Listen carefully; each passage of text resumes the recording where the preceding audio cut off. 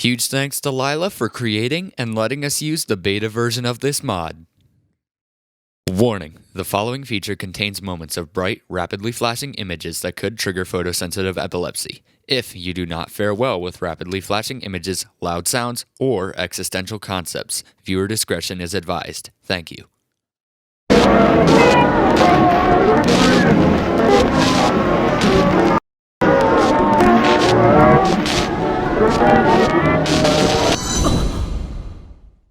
It happened again.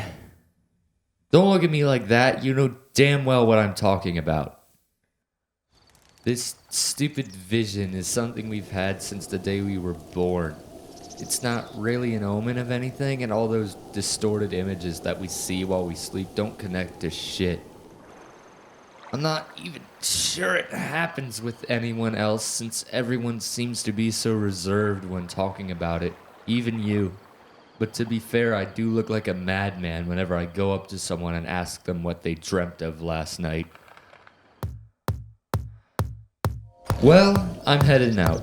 Someone's got to keep this place in order. You're up for the next day-night shift, buddy. Wish me luck.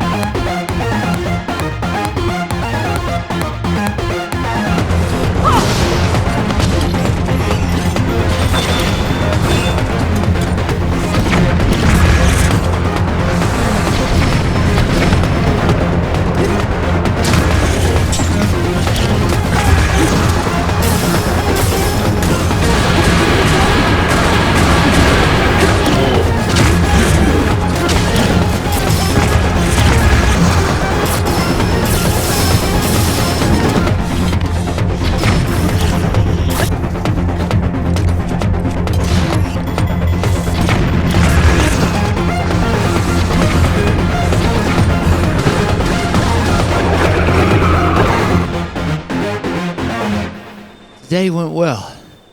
The area has been surveyed, and after doing some math, I can confirm that this place is habitable again.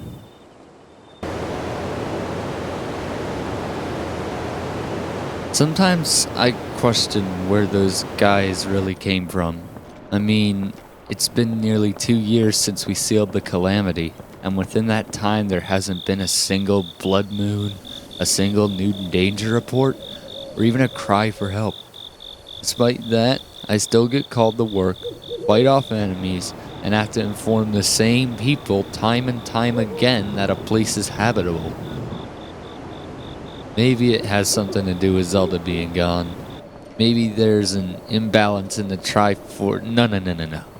I'm getting ahead of myself. Ganon would have come back by now had that been the case. Still, I can't help but feel suspicious.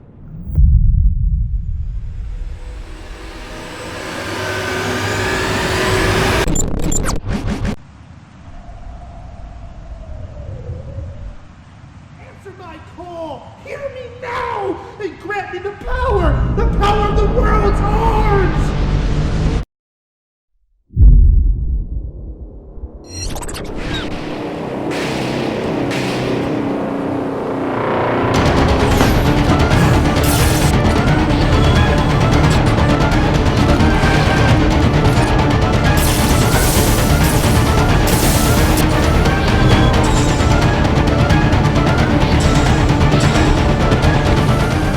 What the hell was that? I look up, moon triggers fluid vision of something. Everything I just did got reset, like I fell through time or something. I'm going home now. This place isn't safe.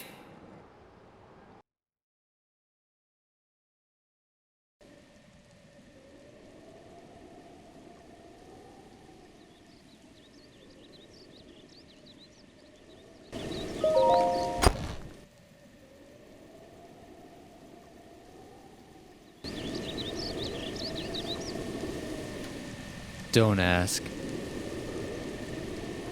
Okay, maybe do ask. So here's the deal. I was on a normal shift. The bounty was placed on a Talus, a Lionel, and a Hinox.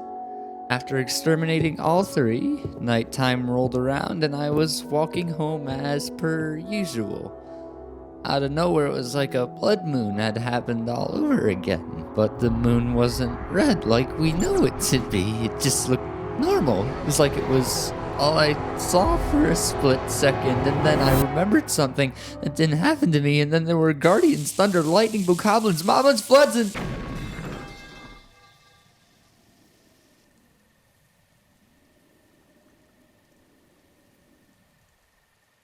Alright, I'll shut up.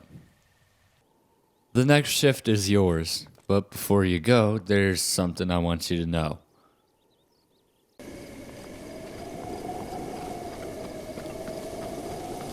I found some research documents in the princess's study when I was scavenging the castle.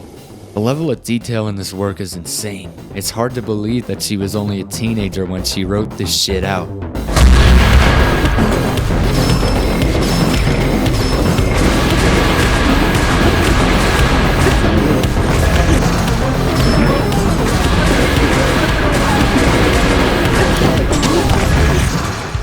The research was very heavy into ancient technology stuff, but I don't understand any of it. All I know is how to swing sword fast.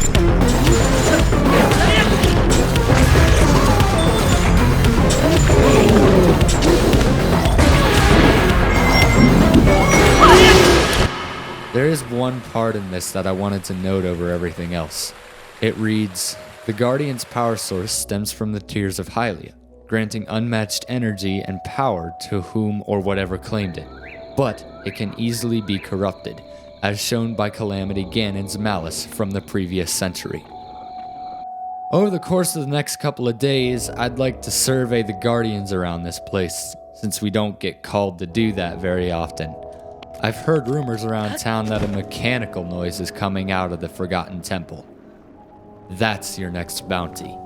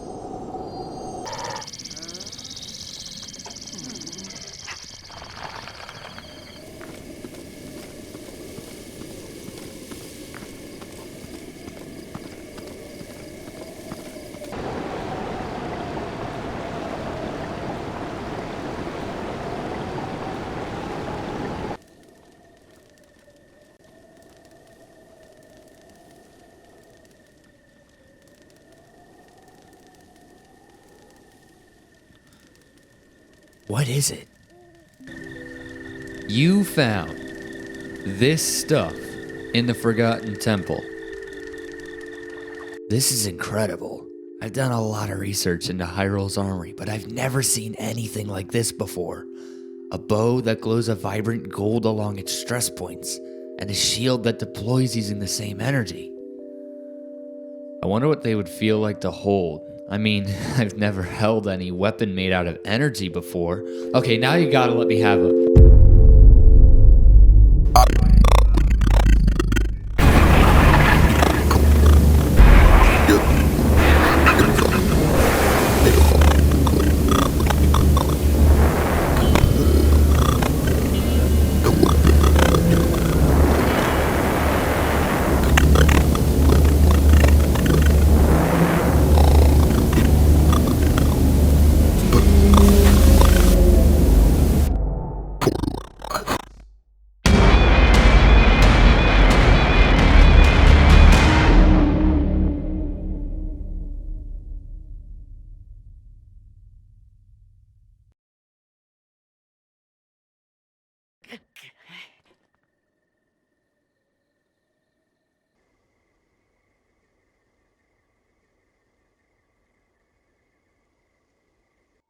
What the fuck?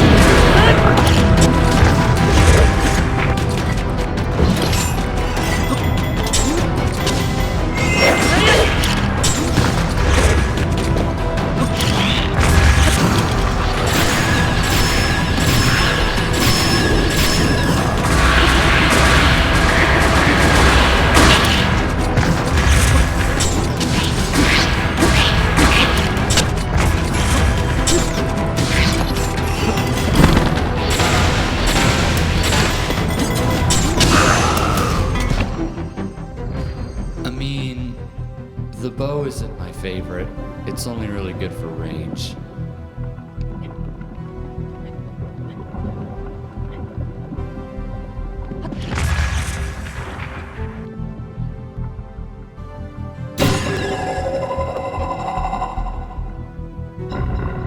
Hey, Calamity Ganon is dead.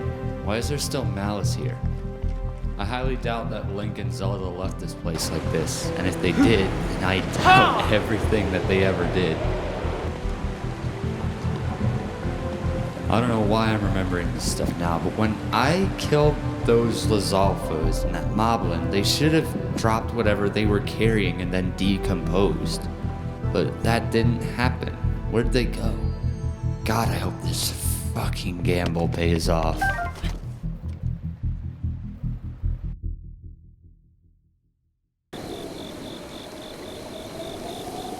Thanks for making the trek out here. The stuff I just read is something I don't think the people are ready for.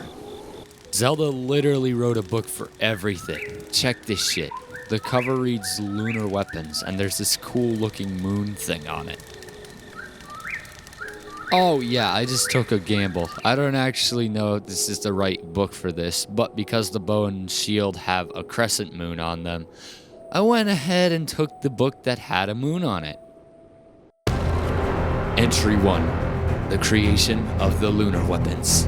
The existence of Calamity Ganon had threatened the Sheikah, causing a mass panic within the people of the tribe. The soldiers of the land were shaking in fear of the Calamity, with not a single hope in their minds that they would remain victorious over Ganon's forces. The Sheikah, with their all-encompassing knowledge and technological prowess, created 3 pieces of armory to treat the warrior that wielded said piece of weaponry. Altair's Embrace, a shield made from lunar energy said to have the stopping power of a divine beast. Midnight Sun, a bow resembling the Phrenic bow with lunar energy infused into its stress points, can fire an arrow to the edge of space. Lastly, the Sheikah made a sword to resemble all of Hyrule's strength and unity. The sword was rumored to be able to split the moon in half with one strike and eliminate any target it came into contact with.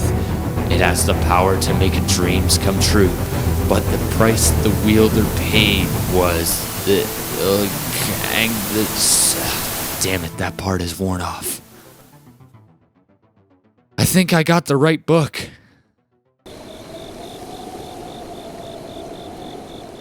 If the government finds out about this, we're done. It'll be debt hell forever, and we'll just be frowned upon by all of Hyrule till the day we die. You can't just sell these weapons without looking like thieves, so what do we do? Kill me. God damn it, you again? Am I the only one you're interested in, or do you stalk everyone else while you're at it? You two are the only ones strong enough to kill me. With the little power I have left in my control, I need you to reach out to you two bounty hunters. Your strength surpasses that of the hero, and your will is unbounded by a mere job of the shipper. You wouldn't escape death, right? Yeah? I don't have much more time before it takes control again, but I will tell you as much as I can. I I am Solomon, the Lunar Warrior. Before your time, I claimed a Shinka lunar sword out of greed. I wanted vengeance against the army that wronged me. Upon claiming the blade, I wanted to destroy it all. No one could stop me, not even myself. I was cemented in place by the blade and never changed outside of it. It changed my form, my reason, my life. By taking my life, you will be rewarded with the gift of retirement and never have to hunt another bounty for all time. So, is this all because of you? All of this fighting, all of that pain, all of that loss was because of you? Answer me. Answer me!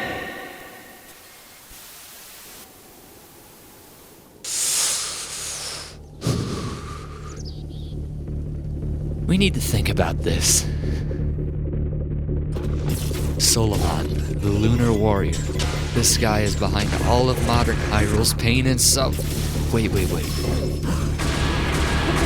I remember something Solomon said about being cemented in place by the blade, but at the moment I didn't get it. I remember him telling us over and over about how he wanted us to kill him, but I didn't get that either. Solomon said he was a destroyer, a man who wanted vengeance against Hyrule's old army before the calamity. First of all, this guy is hella old, but I think that may not be in his control. I think I just put something together, but I don't care about that right now, so I'm just gonna keep that in the back of my head for later. I've never seen this guy, but he's very obviously an existing being. If I was able to see him, I would probably be able to kill him, but, well, I obviously can't see him. Hey, when I went to grab that book from Hyrule Castle, those guys I killed just disappeared. No other weapon I've seen or used before does that besides the ancient arrows. Maybe, just maybe, that bow has the same vanishing ability as the ancient arrows. But since this is a celestial weapon, the banished item probably doesn't find itself anywhere we are familiar with like the ancient void. If I were to hit myself with this bow, pulling the string back in full tension, I could probably send myself there. The problem is that the bow only shoots in a straight line. The bow says something in an ancient text on its side that looks important, but I can't read it, so after today I'm just gonna sit down and figure it out. This is crazy. There's no way this is right. When the sun shines, the moon shines. When the moon shines, the stars shine. When the sun sets, the moon turns red. Daylight comes and goes, but the sun never shines. I think there's a duality here. We can't see Solomon in our world. He is both light and dark energy at the same time, existing in unison but never visible. We need to be able to see the midnight sun, and maybe we will all be able to see his true nature. Sometimes I wonder who or what he has become. Whether he's even real is something we have yet to figure out. And yet I can't help but think that in this other reality, I may bear witness to more than I could ever take in.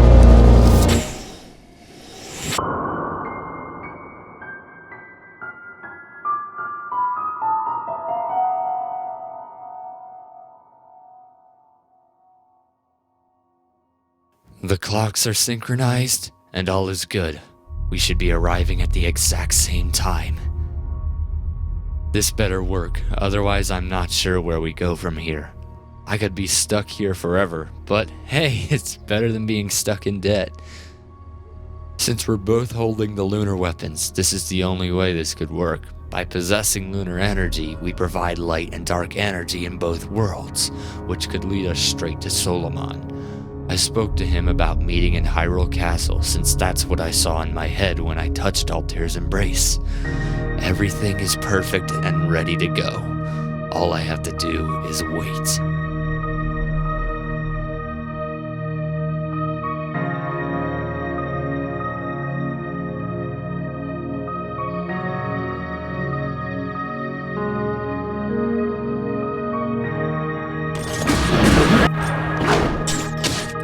I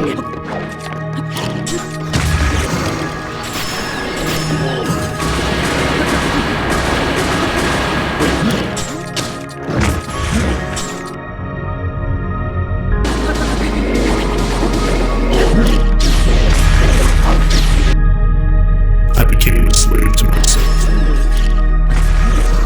I became a dictator, but God, the almighty being of the land, who failed to change past it. This is not me. Please take it away from me. Please don't touch it. For he who wields the sword of dream shall outward will be cemented for eternity, unchanged and unconquered.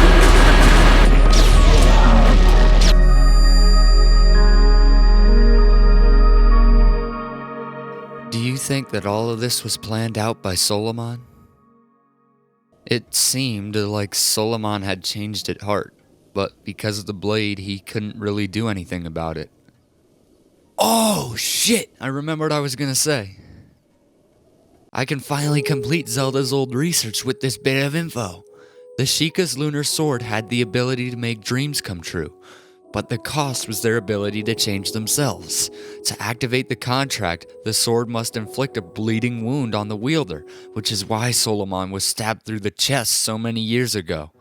Hypothetically speaking, if I were to use this sword right now, I would follow whatever motivation I have, which in our case is to escape debt. The contract says that I would not change, meaning I would keep trying to escape debt by putting myself back in it. Solomon said he wanted vengeance against the old military, so he claimed the blade to make that wish come true. But since he probably read the same book that we did, he didn't understand the consequence. He tried to avenge his past on everyone, despite them not being involved with his life whatsoever. And that's why we were stuck bounty hunting for so long. I'm gonna make sure that no one else gets a hold on this sword. Korok Forest seems like a good place to let it rest. Hey, what should we name this thing?